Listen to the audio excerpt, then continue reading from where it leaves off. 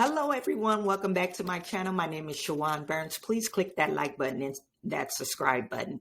In today's video, we are going to discuss the economic injury disaster loan decline and the reason or a potential reason that you may receive or have received a decline is because of your credit history.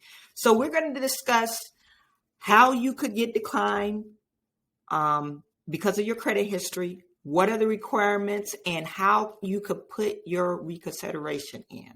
Okay, so if this is the first time you're tuning into my channel, my previous videos, we've been talking about the SBA economic injury disaster loan, and we've been discussing the reasons for decline. And each day this week, I am going to talk about several reasons. It's about 7 reasons why you could get declined. My last video, I talked about unverifiable information and how can you overcome that decline and get approved. And so today we are going to talk about credit history. Okay, so all the information that I'm presenting to you is coming from the Standard Operating Procedure 5030-9 Disaster Assistance Program. This is directly from SBA website. They do have a standard operating procedure. That standard operating procedures is about 237 pages. And they have a whole chapter dedicated for credit. Okay. And that is located in chapter 5. And it talks about credit bureau information, lack of credit, adverse credit, why they may decline you. They even get on, in the last section, they talk about child support. So we'll discuss all that in our video today. So one thing that you need to know, if you are a new applicant for the economic injury disaster loan, so you just put your application in, and you don't know what are the credit requirements. It's really simple for the economic injury disaster loan. They really don't have much requirements, but one of the requirements for the credit is 570. So you need at least a score from experience score, and they used the Vantage 3.0 score. Might be a little bit different, but it needs to be a 570. You can obtain that score from nav.com. Okay, so they do use credit bureau reports. Okay, anyone they have in here, if you are receiving more than $200,000 worth or $200,000 in economic injury disaster loan, they will pull your business credit report. They're saying generally a new Dun & Bradstreet must be obtained if the previous report is greater than 180 days. I'm not for sure how true that is for this particular loan, but they have it in there. So one note that I want you guys to realize that for the standard operating procedure, disaster loan includes not only the pandemic, but it includes all like natural disasters. So this is the standard operating procedures for that. And the pandemic falls into that. They called it not a natural disaster, but it is a health disaster, okay, or epidemic. Okay, so that's one thing you need to be aware of. Okay, so they do pull out your credit report.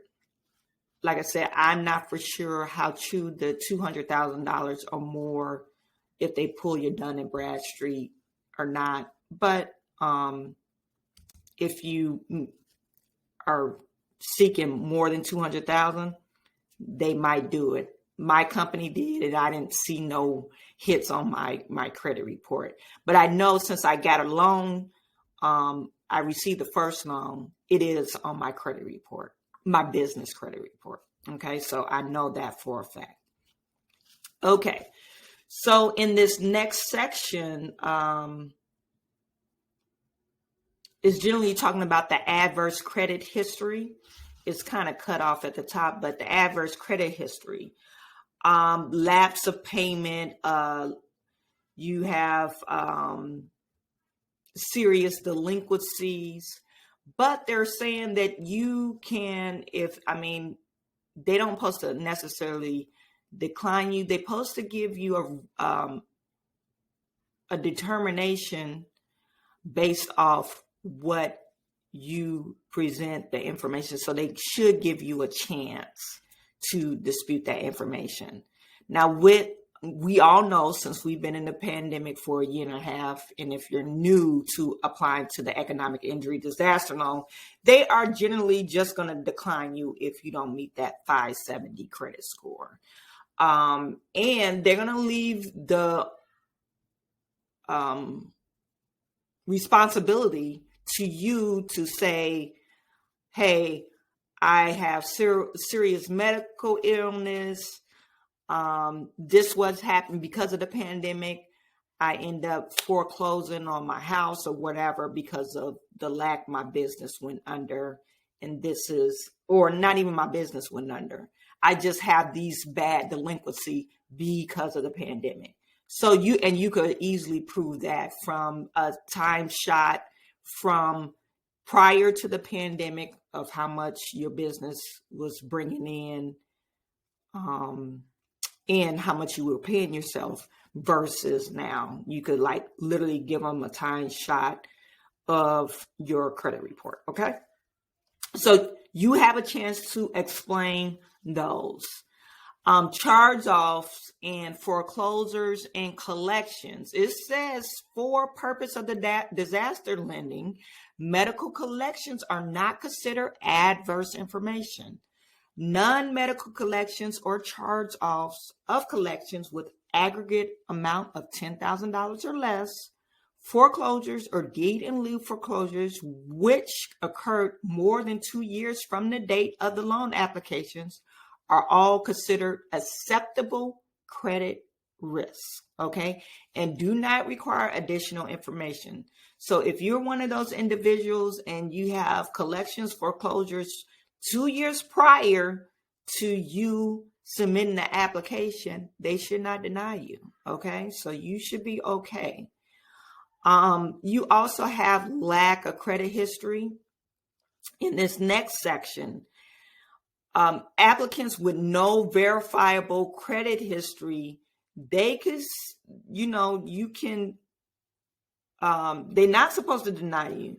You could actually give them information saying, hey, I've been paying my rent for the last 3 years and look at my bank. I could give you, they want you to provide documentation saying, hey, I am a responsible person. Since I don't have these credit cards that could show my payments on my credit report, or I don't have a car note or whatever, that doesn't mean that I'm not a responsible person. That doesn't mean I don't manage my money well. Okay, so you could present non-credit payments like utilities, rent, insurance, medical bills, dental bills, saying that you agreed and you regularly pay these obligations. So like I said, they should not deny you because of lack of credit, okay? And on this, SBA is noting that you should include wording contained in Appendix 11A in every SBA letter which requests credit information from financial institution. I guess that's to their employees that they're saying that. Okay. So the next section, prior or existing SBA loan history. Now, some people might be in an agreement with SBA. They probably already lend from SBA, okay? If you already have a loan, microloan, there's several things that you need to do because they have things out there that you could extend the payment for that, so you won't go into delinquency. Hopefully you already took advantage of that because the pandemic has been going on if you needed that. And you can find that at sba.gov/disaster website. So I'm not gonna go over the SBA history, but I know you need to be in good standing with your prior loans. Okay.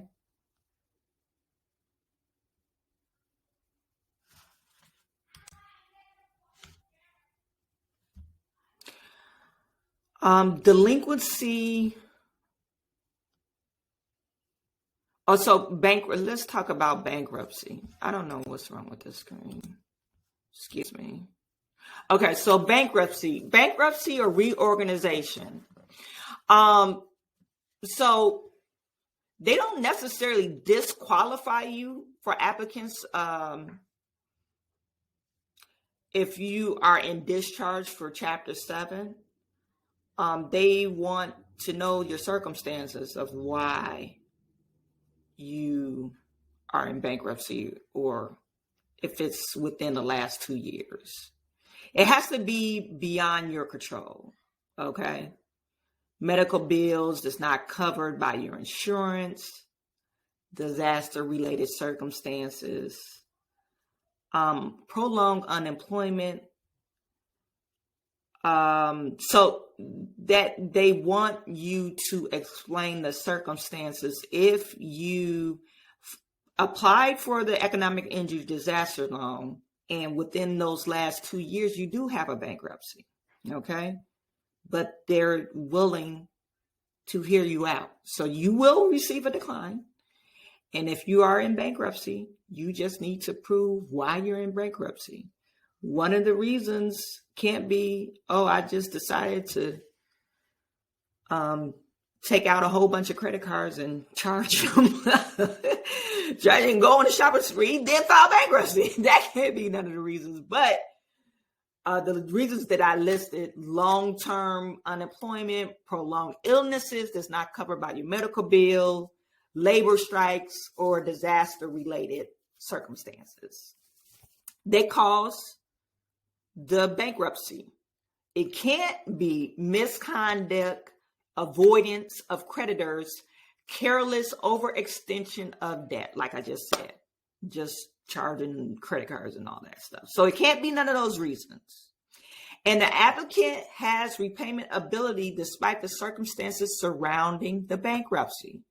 So if you receive the decline, they just want you to prove that, hey, I did make this mistake because of illness or whatever it might cause the bankruptcy, but I'm still a responsible person. Okay. So sometimes people do file bankruptcy like, hey, if your medical insurance can't pay a enormous bill, you might want to file bankruptcy because you don't want to risk losing your house or whatever. So those are reasonable circumstances, but it can be the latter that I mentioned. Okay, so you just need to prove that when you include the letter of your reconsideration or in your reconsideration letter. Okay.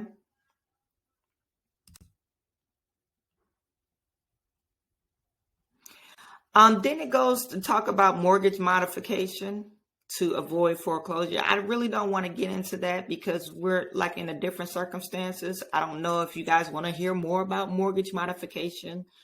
I don't know if the federal thing has been lifted or not, so I don't want to really talk about that, the moratorium. But some people may still need help with their mortgage, and I know a lot of mortgage companies have extended the moratorium where they'll tack your payments to the back end of your mortgage. So you shouldn't be going through this right now because of the mortgage moratorium. Now, if you have lawsuits is another thing. Lawsuits,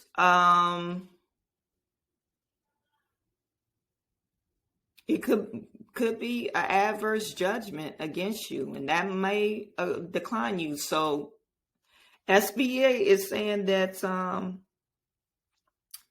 You need to provide support and documentation that you're in a settlement or you're in a payment agreement. Okay.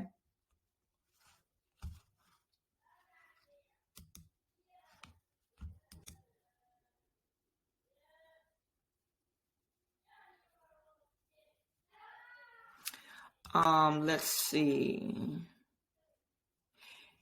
Delinquency of federal obligations. That's like taxes, pre-existing debt, collections, and all that good stuff.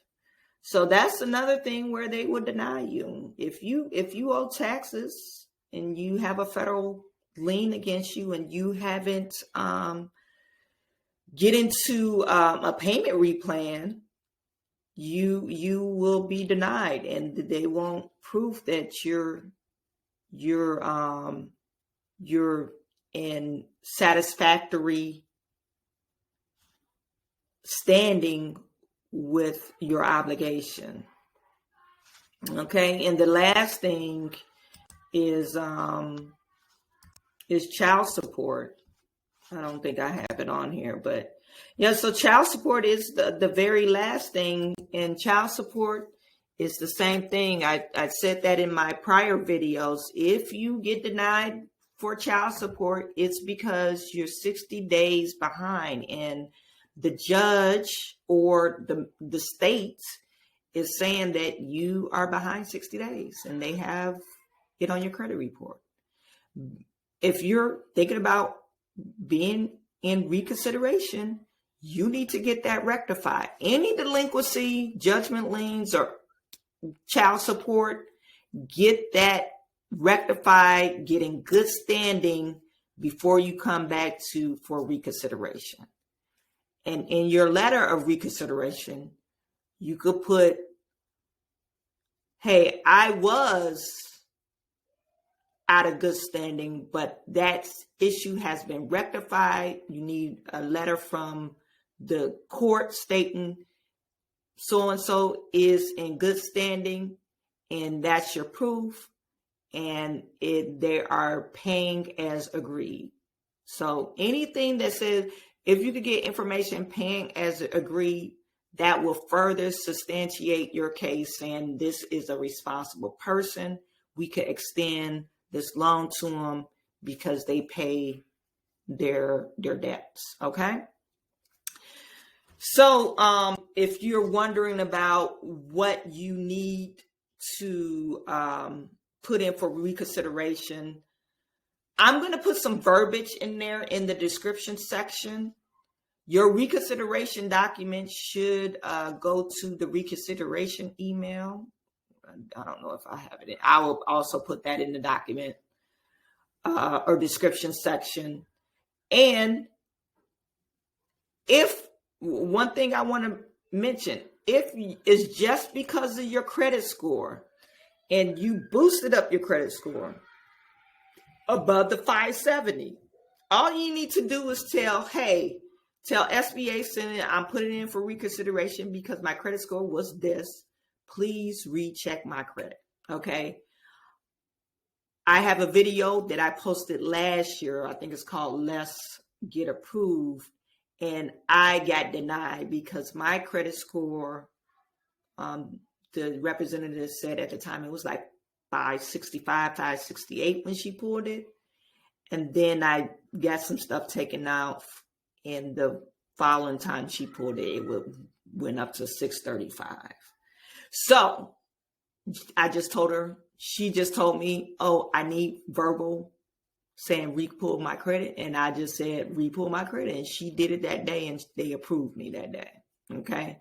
So, and look, I'll link that video. That was a whole mess for me, but I'll link that video in the description section. Let me know, put that in a comment section if you're struggling to get approved because of credit reasons. Maybe I could do another video of how you can boost your credit. I have boosted my credit. I mean, it was like 90 days, my credit was boosted by 100 points. Then now it's like over, I would say 6 months, it boosted another 100 points. So right now my credit is like a 730 something. So let me know if you want to hear more videos about credit. Hopefully this video has helped you. Stay tuned for our next video. We are going to talk about, what type of that